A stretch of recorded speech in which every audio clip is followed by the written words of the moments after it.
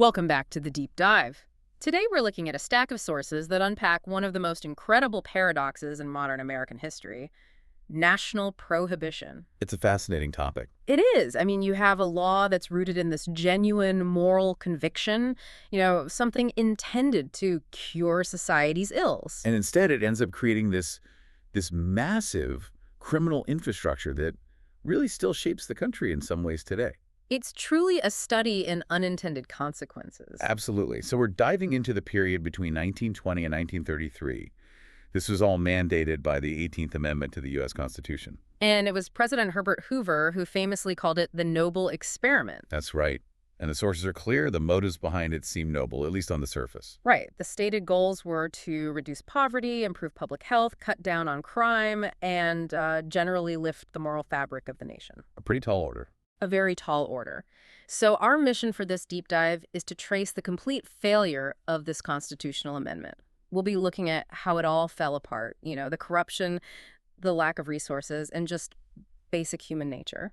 And we'll also unpack what permanent and often surprising marks it left on American law and culture. It's incredible how a movement built on temperance and restraint inadvertently kicked off an era of just unprecedented lawlessness and spectacular crime. It really is. Okay, let's unpack this history, starting right at the beginning. So Prohibition didn't just appear out of nowhere in 1920. It was the culmination of a campaign that had been going on for a century. A very long time, yes. When that temperance movement first started gaining real steam, what was the core belief about alcohol? How did it evolve from, say, personal restraint to demanding a total constitutional ban? Well, the initial temperance campaigns were deeply, deeply moralistic. They saw alcohol not just as a bad habit, but as the root cause of almost everything wrong with society. Like everything. Pretty much. Systemic poverty, social instability, moral decay, you name it, they blamed alcohol. Yeah. So the early goal was to instill teetotalism. Teetotalism. So complete personal abstinence. Exactly. People would sign these public pledges. It was all about individual commitment and moral reform. But personal virtue clearly wasn't enough for them, right? At some point, that shifted from trying to reform individuals to demanding a sweeping law for everyone? That's the crucial shift. They realized individual promises were, well, fragile, especially when saloons were on every corner. So availability was the problem. Availability was the target. And that's when the political organization became critical.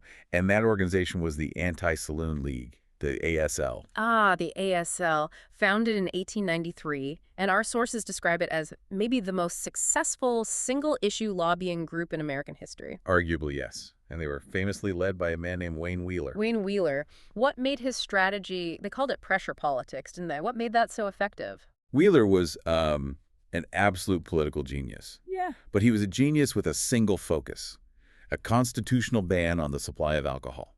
That was it. He didn't care about anything else. Not really. The ASL didn't care about party lines or ideology or any other social policy. Their strategy was pure political expediency.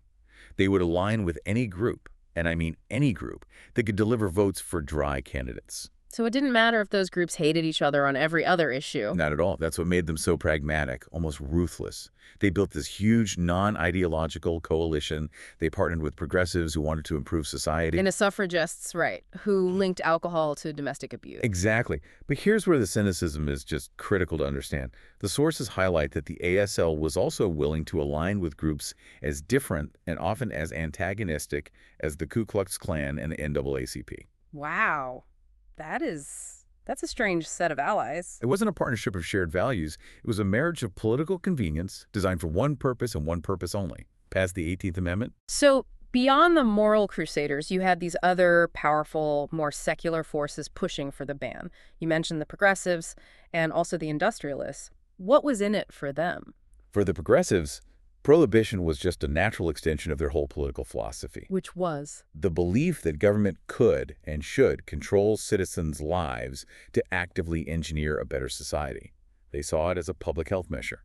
Control the supply of alcohol, and you create a better, more orderly citizenry. Imposing standards for the greater good. Precisely. And for the factory owners, it was much simpler. It was about the bottom line. Sober workers are better workers. Exactly. Modern industrial workplaces with their complex machinery and long hours demanded efficiency. Accidents from drunk workers were expensive, and Monday morning hangovers meant absenteeism. So they saw prohibition as a tool for creating a reliable, disciplined workforce, purely economic. It was all about productivity. So you have this perfect storm, really. Moral fervor, political opportunism, social engineering, and economic self-interest all pushing in the exact same direction. But what was the final push? What was the catalyst that actually got a constitutional amendment over the finish line? That was the strategic exploitation of World War I. The war provided the emotional and patriotic justification the movement needed to crush the last bits of resistance. How is the war leveraged like that? In two main ways. First, they framed prohibition as a patriotic necessity to conserve grain. The argument being, we need that grain for our troops and our allies. Diverting it to make liquor is unpatriotic. It was a simple, powerful message. And the second way was more cynical. Much more cynical. They exploited the widespread hostility toward German Americans. Because the brewing industry was so heavily associated with German immigrants. Correct. So Yeah. proponents of the ban weaponized this association. They effectively framed any opposition to prohibition as being disloyal to America, or worse, as being a traitor. That's an incredibly powerful political tactic, using wartime fever to ram through a massive social change. And the government was already putting restrictions in place even before the amendment was fully ratified. Right, flexing its expanded war powers. Absolutely. You had the Selective Service Act of 1917, which banned alcohol sales to anyone in a military uniform. Then the Lever Act restricted using food materials for distilled spirits. And the Wartime Prohibition Act, that one was passed after the war was over, wasn't it? Just 10 days after the armistice in November 1918. The war was done, but they kept the restrictions going. It just shows how unstoppable that political machine had become. It really does. So Congress proposed the 18th Amendment in December 1917, and the ratification process was just startlingly fast. Nebraska became the 36th state to ratify on January 16, 1919. The whole thing took just over a year. And only 2 states held out? Only Connecticut and Rhode Island rejected it. The nation was officially getting ready for a dry era, set to begin 1 year later, in January 1920. Okay, so the 18th Amendment is ratified. It prohibits the manufacture, sale, and transportation of intoxicating liquors. But the amendment itself was sort of just the foundation, the real teeth of enforcement. That was the Volstead Act. That's right. The Volstead Act was Congress's way of defining the terms in the amendment. And they actually passed it over President Wilson's veto. And it contained this legal definition of intoxicating that just shocked everyone. It did. It's that famous, stunningly severe definition. So what did it actually state? It declared that anything containing 0.5% or more alcohol by volume was an intoxicating liquor and was therefore banned. 0.5%. That is incredibly low. It's far more drastic than anyone anticipated. I mean, brewers, for example, they fully expected that moderate strength beer, which today is around 3 or 4%, would be safe. And they were just wiped out overnight. The entire legal beer industry was gone instantly. We always talk about the social consequences, but what about the immediate economic fallout from that threshold? It must have been massive. Oh, it was instant and severe. It actually gave an immediate counter-argument to the ban's supporters. The sources show the complete shutdown of legal distilling, brewing, and winemaking just decimated jobs. The very jobs the prohibitionists claimed would be replaced by moral prosperity. The very same.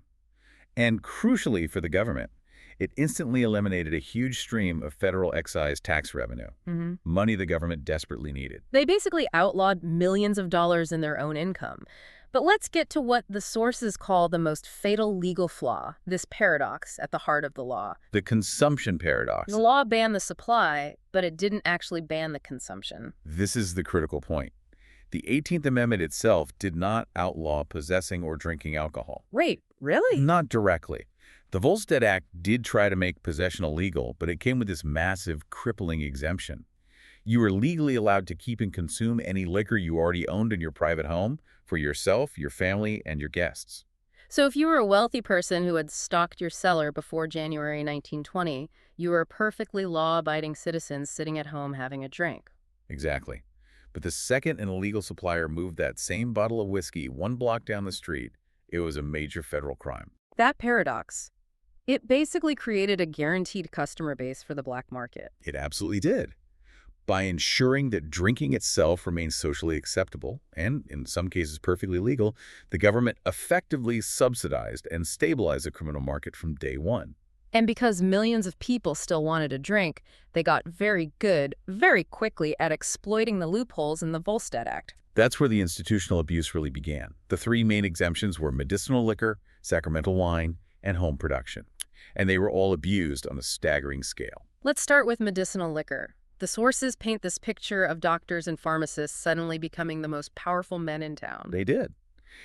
Medical science had largely discredited alcohol as a treatment by then, but it remained a legal exemption. Yeah. So pharmacists could dispense whiskey by prescription for just a wild array of ailments. Like what? Anything from anxiety or influenza to general weakness or female troubles.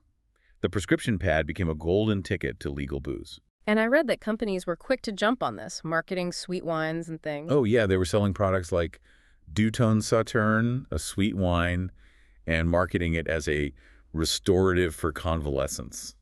It was an overt but technically legal way to get around the ban. And the scale of this fraud was just out of control. Bootleggers realized a pharmacy was the perfect front. It was. In New York, the number of registered pharmacists tripled during Prohibition. Tripled. That says everything you need to know, doesn't it? It shows millions of citizens who would never set foot in a speakeasy were perfectly happy to engage in this kind of white-collar deception. It was completely normalized. Okay, next up, sacramental wine.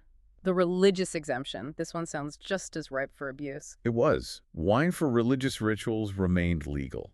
And this was immediately exploited, especially the exemptions granted to rabbis for distributing wine to their congregations. Because many Jewish rituals require wine at home, the law had to allow for it. Right, which created a loophole that was immediately and widely abused by non-Jewish individuals trying to get permits. So people were essentially joining the rabbinate or a church just to get a reliable legal supply of wine. That's what the records show.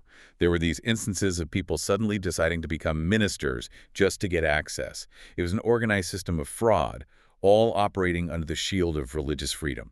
And finally, the law unintentionally armed every household in America with the potential to become its own little distillery. The irony here is just stunning. This is where it peaks. While commercial stills were banned, you could still legally buy a home still at a hardware store. And find the instructions on how to use it. Where? Often in the public library, in pamphlets published by the U.S. Department of Agriculture. You're kidding. The government was literally publishing guides on how to make moonshine. Essentially, yes. Yeah. The sources detail how they'd sell these grape juice concentrate kits openly in stores, with these very specific tongue-in-cheek warnings not to let the concentrate sit too long, or it would ferment and turn into wine. It's just absurd. It's a massive political failure, because it turned millions of otherwise law-abiding citizens into criminals, or at least willful exploiters of the law. So we've got this huge, persistent demand, and the legal system is basically a sieve. The criminal underworld didn't just step in to fill the gap, they industrialized it. They absolutely did. Let's transition now to the immediate devastating consequences, starting with the most iconic symbol of the era, the speakeasy. The speakeasy really did become the symbol of the law's failure. These were the private, unlicensed bars, hidden behind unmarked doors and basements. And the name itself, speakeasy, came from having to speak quietly, right? Whisper a password to get in. Exactly, to avoid drawing the attention of the law. And the numbers, when you compare them to the pre-Prohibition era, are just staggering. They are. Before 1920, a city like New York had licensed saloons. By 1925, just 5 years into Prohibition, estimates put the number of speakeasy clubs in New York City alone at somewhere between 30,000 and 100,000. 100,000. That's at least double the number of legal bars they had before. At a minimum, yes. And they were everywhere, not just in the seedy parts of town. That's a key point. It is. Speakeasies popped up in middle-class neighborhoods, in business districts that had been completely dry before. The ASL's goal of controlling where alcohol was sold, it failed spectacularly. Drinking moved from the regulated public sphere into thousands of unregulated private spaces. And this massive, high-profit, illegal market required organization, ruthlessness, which gives rise to the modern crime syndicate and figures like Al Capone. Prohibition was the greatest gift organized crime ever received. Bootlegging, smuggling rum from the Caribbean, illicit production. It offered astronomical profits with very little initial investment beyond muscle and bribery. And Al Capone is the poster child for this. He is. His organization, the Chicago Outfit, was earning an estimated $60 million a year from bootlegging and his speakeasy network. $60 million in the late 1920s. That is an unimaginable amount of unregulated, untaxed cash. It let them operate almost like parallel governments. They did. But that competition for territory, for that profit, led to just unbelievable violence. The territorial wars became too horrific for the public to ignore, and it all culminated in the St. Valentine's Day Massacre in 1929. That event seems to be the one that, more than any other, permanently turned public opinion against the law. Absolutely. On February 14, 1929, 7 members of the rival North Side gang were executed in a Chicago garage. The sources emphasized the brutality of it. The assailants were dressed as police officers, right? 2 of them were, which is a chilling detail. It shows how blurred the lines were. They lined the men up against a wall and just murdered them with submachine guns. Thompson submachine guns. The Tommy gun, the iconic weapon of the era. That level of military-grade violence in the streets of major American cities shocked the entire nation. Even though Capone was in Florida at the time, everyone knew he was behind it. And that was the turning point. One biographer noted that this was the moment the public decided a line had been crossed, that the violence was too much, and that the noble experiment had blown up, once and for all. But the dangers weren't just about criminal violence. There were serious health risks, too. This brings us to this economic principle I've read about, the iron law of prohibition. Richard Cowan's Iron Law.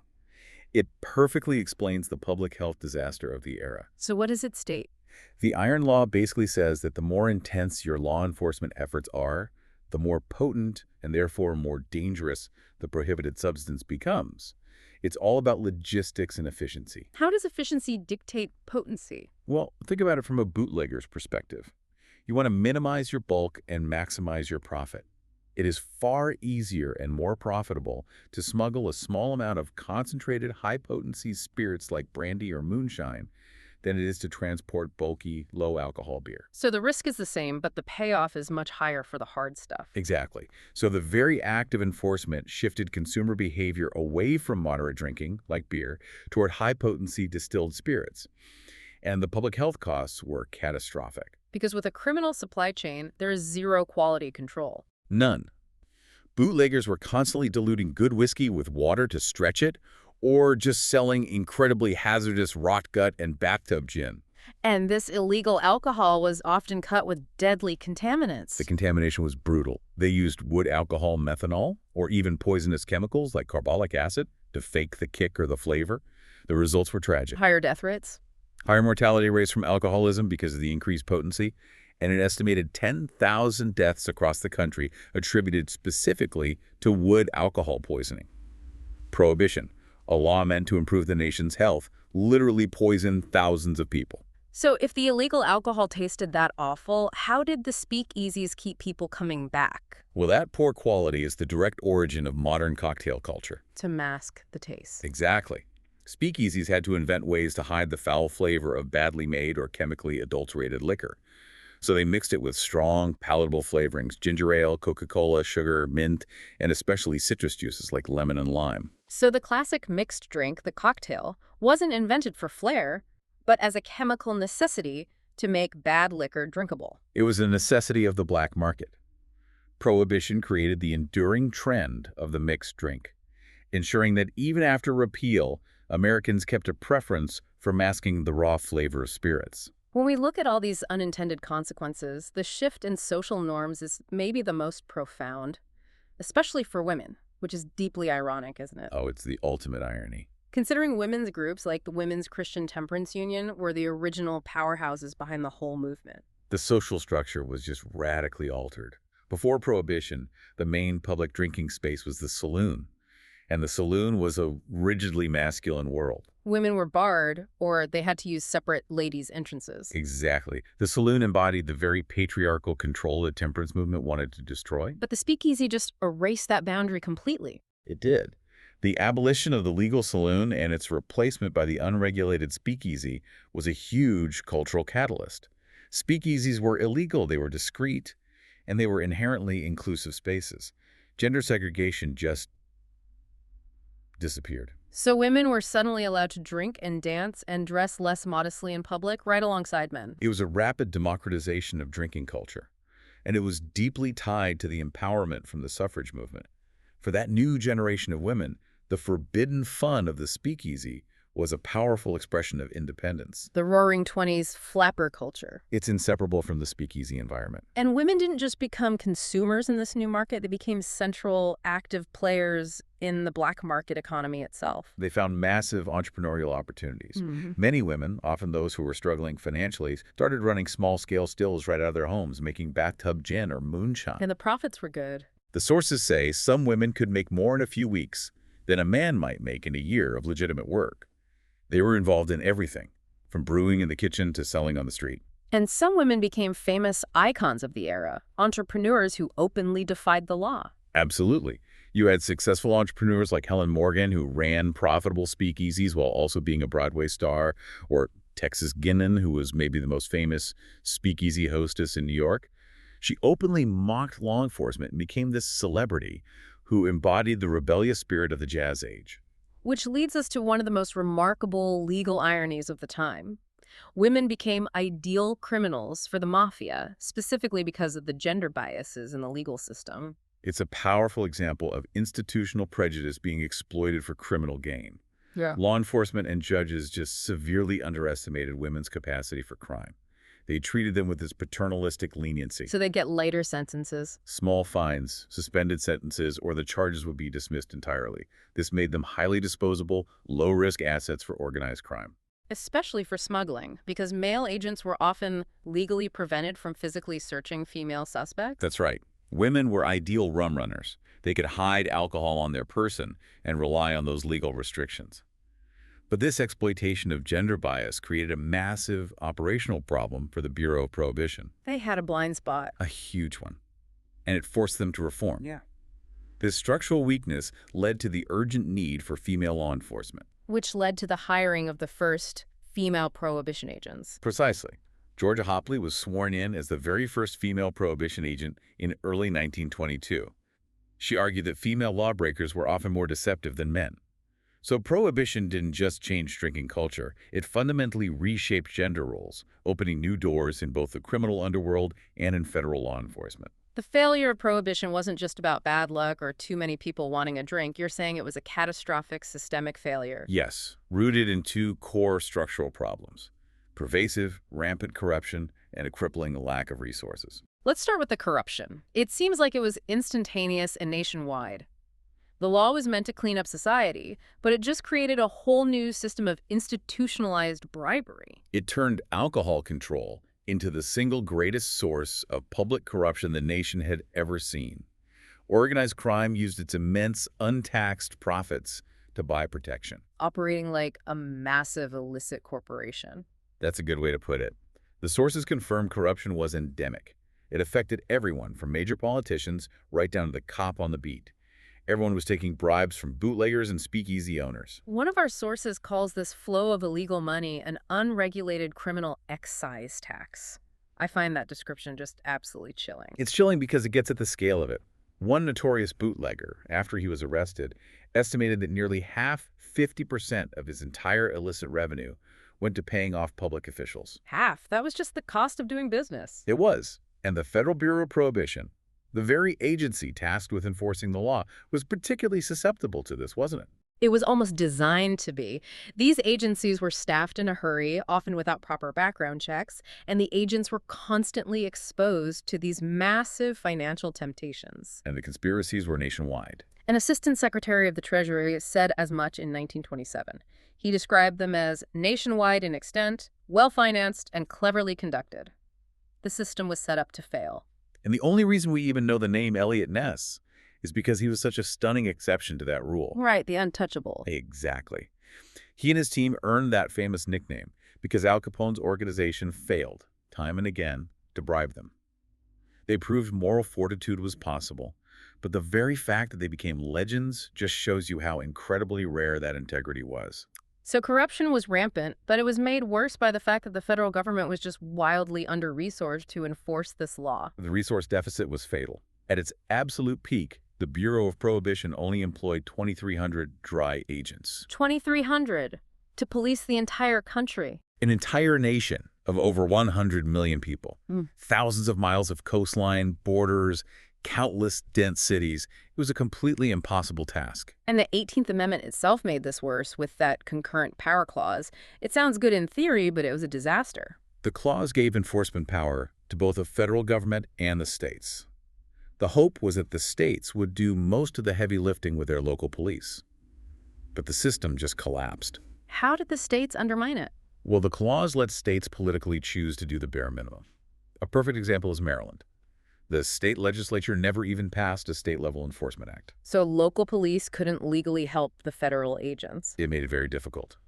And as public opinion soured, wet states strategically repealed their local enforcement laws, basically dumping the entire unbearable burden onto the grossly underfunded federal government. The ultimate stress point of this whole systemic collapse was the federal judiciary.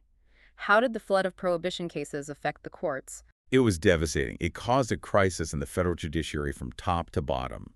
The trial courts were just flooded with criminal cases, grinding the whole system to a halt. So civil cases were delayed for years. For years. And the courts were forced to rely on a massive increase in plea bargaining just to process the sheer volume of arrests. And the sources mentioned that federal judges felt their own dignity was being compromised by having to hear all these minor liquor violations. They did. Federal courts, which were historically for big constitutional issues, were suddenly handling thousands of petty crimes, the kinds of things normally handled in low-level police courts.